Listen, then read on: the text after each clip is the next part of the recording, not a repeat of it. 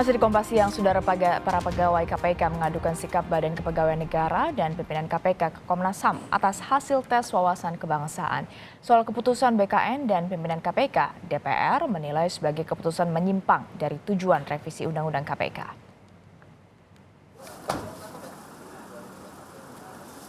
Kembali ke Komnas HAM, karena kepada Komnas HAM lah kini para pegawai KPK yang dinyatakan tidak lulus tes wawasan kebangsaan saat alih status menjadi aparatur sipil negara alias ASN menggantungkan harapan.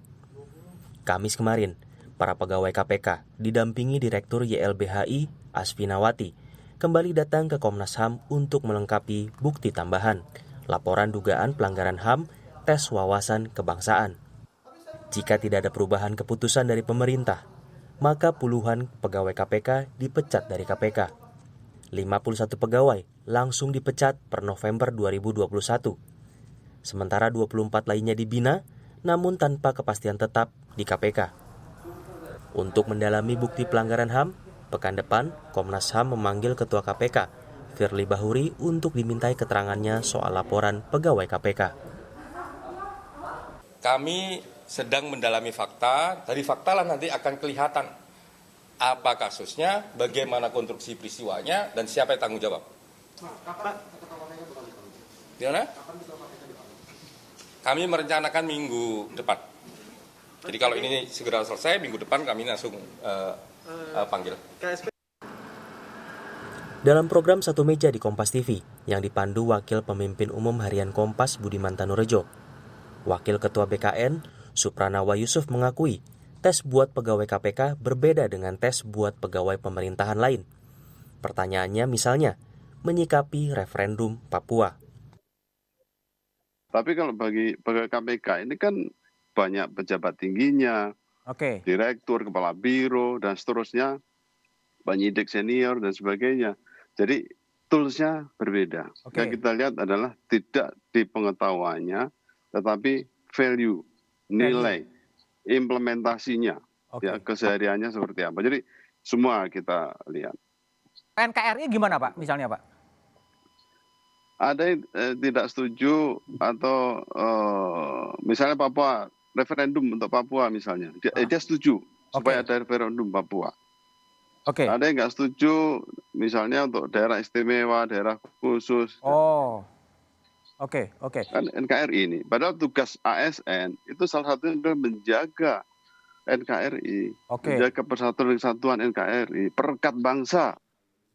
Mendengar penjelasan BKN, Guru Besar Universitas Islam Negeri Syarif Hidayatullah, Azyumardi Azra, menilai Badan Kepegawaian Negara membangkang perintah Presiden dan bersikap berlebihan.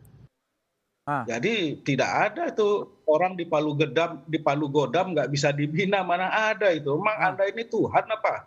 Ini orang BKN ini menganggap orang kalau udah itu nggak bisa lagi diperbaiki. Memang Anda ini siapa? Gitu. Yang dimaksud pembangkangan adalah karena Presiden secara terbuka ke publik menegaskan para pegawai KPK dalam alih status menjadi ASN tidak bisa dipecat gara-gara tes ASN. Saya minta kepada para pihak yang terkait, khususnya pimpinan KPK, Menteri PAN-RB, dan juga Kepala BKN untuk merancang tindak lanjut bagi 75 pegawai KPK yang dinyatakan tidak lulus tes dengan prinsip-prinsip sebagaimana yang saya sampaikan tadi.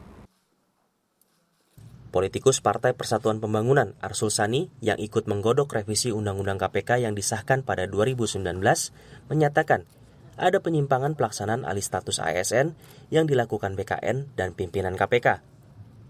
Di Undang-Undang tak dibuka opsi memecat, melainkan membina selama waktu yang dibutuhkan. Kita kan sudah mendengar soal dalam tanda kutip ya, ada yang radikal, ada yang segala macam itu kan kami di Komisi 3 juga sudah mendengar. Maka kemudian kalaupun itu benar ada sebagai sebuah asumsi ya, maka dilakukan pembinaan dulu. Ya. Dilakukan pembinaan. Nah, tadi disebut soal keterbatasan waktu. Sebetulnya undang-undang memberikan waktu 2 tahun itu kan cukup. Nah, ini kan menyangkut perencanaan ya.